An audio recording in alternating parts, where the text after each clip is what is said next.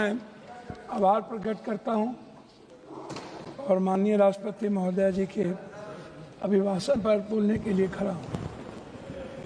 एक कहावत है हम लोग के बिहार में, सूप बाजत बाजत चलनियो बाजा, भाग गए वो। और हमाम में सब नंगे, हट डाल पर उल्लू बैठा, अंजामे गुलिस्ता क्या होगा। इन लोगों के कैरेक्टर को अभी हम बोलेंगे नहीं, वो चले गए। तो इन लोगों को हम इतना से जानते हैं, क्या क्या बोलते हैं ये, क्या क्या करते हैं झारखंड में, और कहाँ इनका ननिहाल खानदान, सब हमको बोलना नहीं चाहिए। महोदय, हम शुरू करते हैं। बार बार चर्चा होती है बिहार की। प्रधानमंत्री जब से आए, अभी परसों प्रधानमंत्री जी ने कमला नगर में बोला कि हम इमरजेंसी में यहीं रहते थे और जमुना का पानी हम पीते हैं डेली। आप रिकॉर्ड उठा के परसों के स्पीच का सुनिए कि हम जमुना का पानी पीते हैं, हम कमला नगर में ही रहते थे। प्रधानमंत्री जी हमारे कहाँ कहाँ रहते थे, कहाँ नहीं रहते थे, हमको आज तक समझ में नहीं आई कि गुजरात, जो गांधी और पटेल के गुजरात, जो मोहब्बत की नगरी और लोकतांत्रिक व्यवस्था में वसुधैव कुटुंबकम और मानवता के लिए जो प्रतीक थे, आज वो गुजरात गांधी से हटा करके, पटेल से हटाकर उनको नाथूराम गोडसे और नए गुजरात की परिभाषा से परिभाषित की गई। शुरुआत किया गया और जब आए तो उन्होंने काला धन, जाली नोट, 15 लाख रुपया से शुरू की, 2 करोड़ नौकरी, नोटबंदी, जीएसटी, आप उठा करके देख लें। एक भी वादे पर दोबारा, इतना प्रधानमंत्री की नोटबंदी सबसे अहम घोषणा थी, आज तक दोबारा चर्चा इस सदन में नहीं हुई कि नोटबंदी से किनको बेनिफिट मिला, किनको नहीं मिला, नोटबंदी से देश और किसान और महिलाओं की कितनी क्षति हुई, व्यापारियों की कितनी क्षति हुई और मजदूरों के हालात क्या हुए। अध्यक्ष महोदय, जीएसटी के को आप उठा के देख लीजिए, हर व्यक्ति के जेब से पेन, कलम, दवात, पेंसिल, चाय पत्ती, नमक, तेल, सब्जी, दाल, साड़ी, चप्पल, सब चीज पर 3 गुना जीएसटी। ये पैसा मिडिल क्लास के नीचे से लिया जा रहा है। पूरे देश में मिडिल क्लास के पास पैसे नहीं बचे, ना तो नोटबंदी के बाद और ना इतने करे जीएसटी लागू होने के बाद। तो नोटबंदी और जीएसटी को आधार कहा था। लोग कहते हैं हंडी के एक चावल से पता चलती है कि चावल पक गई। अब प्रधानमंत्री जी तिबारा आ गए, 3 बार देश के लोगों ने इन्हें बनाया। हम आपसे कहना चाहेंगे कि अभी जो कुंभ की बात है, प्रधानमंत्री जी हमारे हिंदू के सबसे बड़े, सनातन के विचारधारा कहते हैं कि मैं सबसे बड़ा हूं। मैं एक बाबा का नाम नहीं लूंगा लेकिन कोट करता हूं। उन्होंने कहा कि जो जो लोग मरे हैं वो मोक्ष चले गए।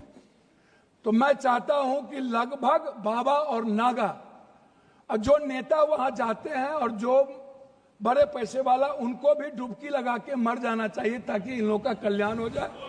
ये मोक्ष पे चले जाए। भैया सुनिए, मोक्ष में चले जाएं।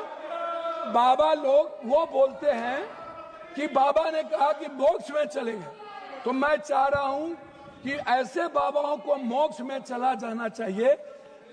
दूसरी बात, मैं अंडरस्टैंड यंग, वो साधु संतों बाबाओं को आशीर्वाद दे रहे हैं, बाबाओं को आशीर्वाद दे रहे हैं। जी जी जी, मैं भैया, दूसरा बात, उन्होंने अंडरस्टैंड यंग को ही उन्होंने 2000 करोड़ का लगभग उन्होंने ठेका दिया, जबकि 13 में 19 में इन्हीं को कुंभ मेला का ठेका दिया गया था।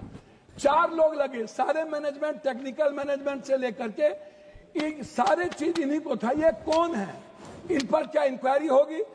अध्यक्ष महोदय 487 करोड़ का बजट हुआ करता था नेहरू जी के समय, और अब 10,000 करोड़ का बजट है सिर्फ एक कुंभ मेला का। जब नेहरू जी के समय कुंभ में लोग मरे थे तो गिनती थी। जब दुनिया में सोशल मीडिया, इतने बड़े मीडिया प्लेटफॉर्म पे इतना बड़ा बड़ा हमारा मीडिया है, सब कुछ है, एक बार गिनती नहीं हुई, जबकि 600 से लगभग लोगों का कहना है, वहां आंखों देखे, मेरा नहीं कहना है, कि 300 और 600 के लगभग लोगों की लाशें गई और उसको हिंदू रीति से नहीं जलाया गया। क्या हमारे संस्कार इतने गिर गए कि हम हिंदू रीति से उसके लाश को भी नहीं जलाए? इस जानकारी का कोई आधार है? अब मैं दूसरी बात नहीं करूंगा पप्पू जी, मैं दूसरी बात, अगर इस पार्लियामेंट से कहेंगे इतनी बड़ी संख्या, मैं इस जानकारी का आधार देंगे या आप ये कह देंगे आधार ही के रूप में 300 और 600 पर गए? हुजूर मैं क्या कह, तो आप हमारे संरक्षक है, गार्जियन है, मैं अपनी बात उनके द्वारा कह रहा हूं। दूसरी बात, महोदय राष्ट्रपति भाषण में रोजगार की, नौकरी की, बीपीएससी का, यूपीएससी का, एसएससी का, नीट का, जो लगातार हमारे नेता राहुल गांधी इस सवाल को लेके बोलते रहे। बीपीएससी में हमारे बिहार के बच्चों को मारा गया, लगातार धरना पे हैं, हम कोर्ट गए, लगभग पेपर क्वेश्चन लीक आउट होता है इस देश में। क्या कभी किसी पेपर, क्या कभी मिडिल क्लास या ओबीसी या ईबीसी का बेटा अब कभी नौकरी कर पाएगा? 3 बार प्रधानमंत्री रहते हुए आदरणीय प्रधानमंत्री जी के कार्यकाल में रेलवे की वैकेंसी नहीं निकली, बैंकिंग की वैकेंसी नहीं निकली, लगभग अग्निवीर हो गया। और इतना ही नहीं, नियोजित और संविदा की खेती होगी, परमानेंट नौकरी अब नहीं मिलेगा, नौकरी लगभग प्राइवेट की ओर चला गया। तो प्राइवेट में तो अध्यक्ष जी आरक्षण है नहीं, तो ओबीसी, ईबीसी, एसटी, एससी का बच्चा तो गया।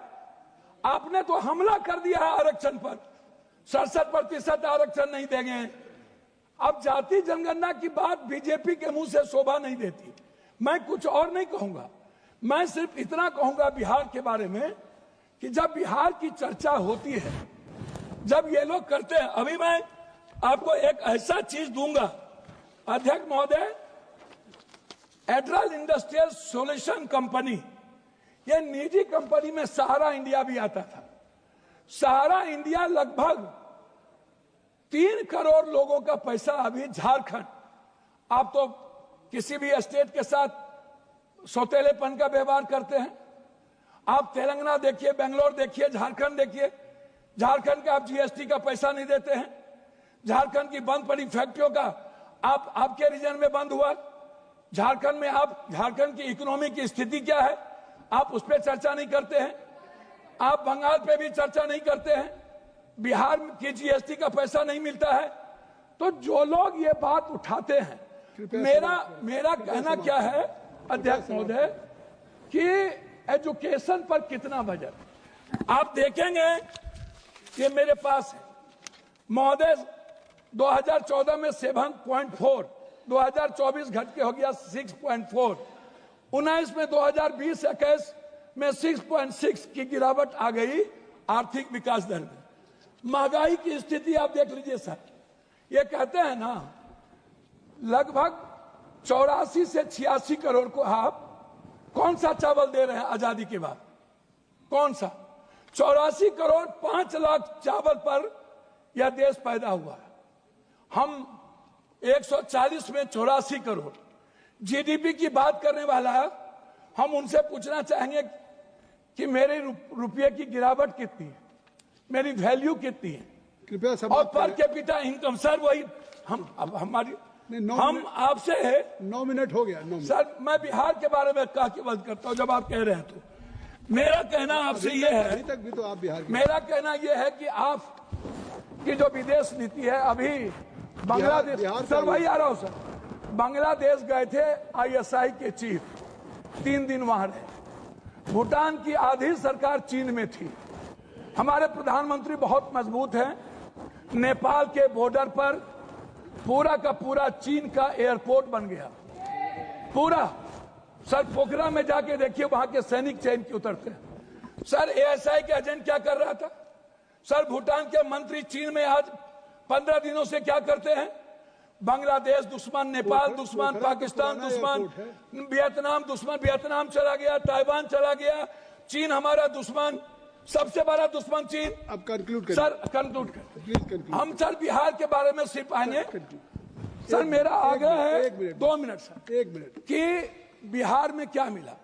सर हम भीख मांगा क्या गया नहीं बिहार मिला? के द्वारा, क्या नहीं मिला? सर मेरी बात सुनिए ना, विशेष राज नहीं मिला, विशेष पैकेज नहीं मिला, बंद पड़े फैक्ट्री, डालमिया नगर से शुरू करता हूं, चीनी मिल, पेपर मिल, दालचीनी मिल, सिल्क मिल, बंदूक फैक्ट्री, आप उठाइए, आप उठा करके देखिए, सिल्क मिल, जूट मिल। सर मेरे यहां बनमनखी में चीनी मिल बंद हो गया। जब फैक्ट्रियां नहीं रहेगी, जब फूड प्रोसेसिंग पर हम फैक्ट्रियां नहीं देंगे, जब हम मछली उत्पादन को फैक्ट्रियां, बार बार चर्चा होती है। सर मैं बात को खत्म कर रहा हूं, मैं अपने क्षेत्र की बात करूं।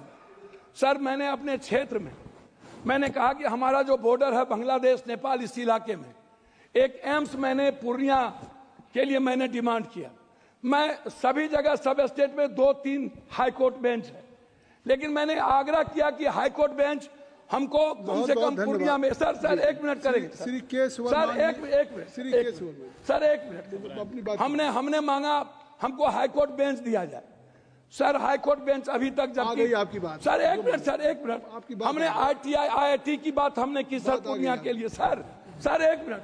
हम पूर्णिया में आप कहते हैं मखान बोर्ड, मैं कहता हूं सर दुनिया का 94% कोशिश सीमांचल मिथिलांचल में होता है, तो बोर्ड गठन से नहीं होगा सर।